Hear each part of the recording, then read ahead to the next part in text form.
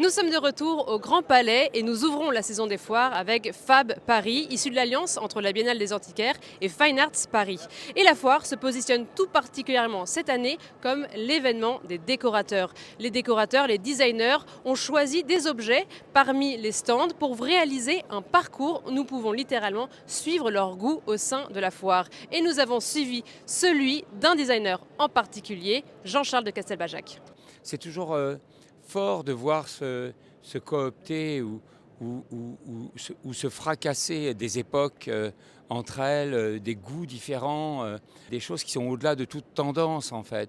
Et en fait, la force d'un instant comme cette biennale, c'est la rencontre entre le passé, le présent, les fantômes et puis l'électricité. Vous voyez. Là, j'ai beaucoup aimé cette chaise qui a fait ce jeune artiste qui s'appelle Edgar Jaillet pour le château de Chantilly, parce qu'elle me semblait être la synthèse même de ce que j'aime dans l'histoire. C'est lorsque de jeunes artistes se l'approprient et la retransmettent aux générations futures avec une réinterprétation. Un meuble que vous devez choisir, ce serait cette chaise parmi toutes C'est ces cette chaise. propositions. C'est cette chaise et le portrait d'une petite fille du 18e par un peintre qui s'appelle Descarsin.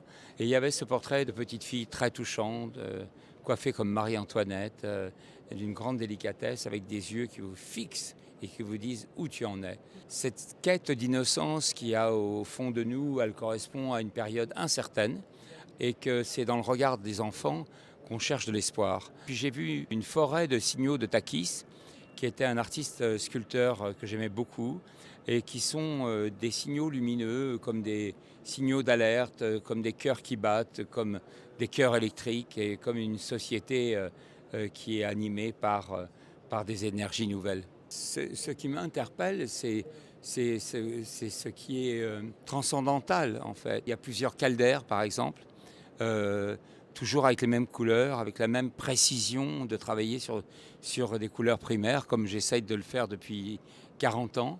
Et ils n'ont pas bougé. Qu'est-ce qu'on cherche? On cherche pas le luxe ou le glamour, on cherche le trouble, on cherche le bizarre, on cherche ce qui va nous poser des questions dans l'art, pas ce qui va répondre à des questions, puisque la réponse aux questions, c'est nous qui devons la donner.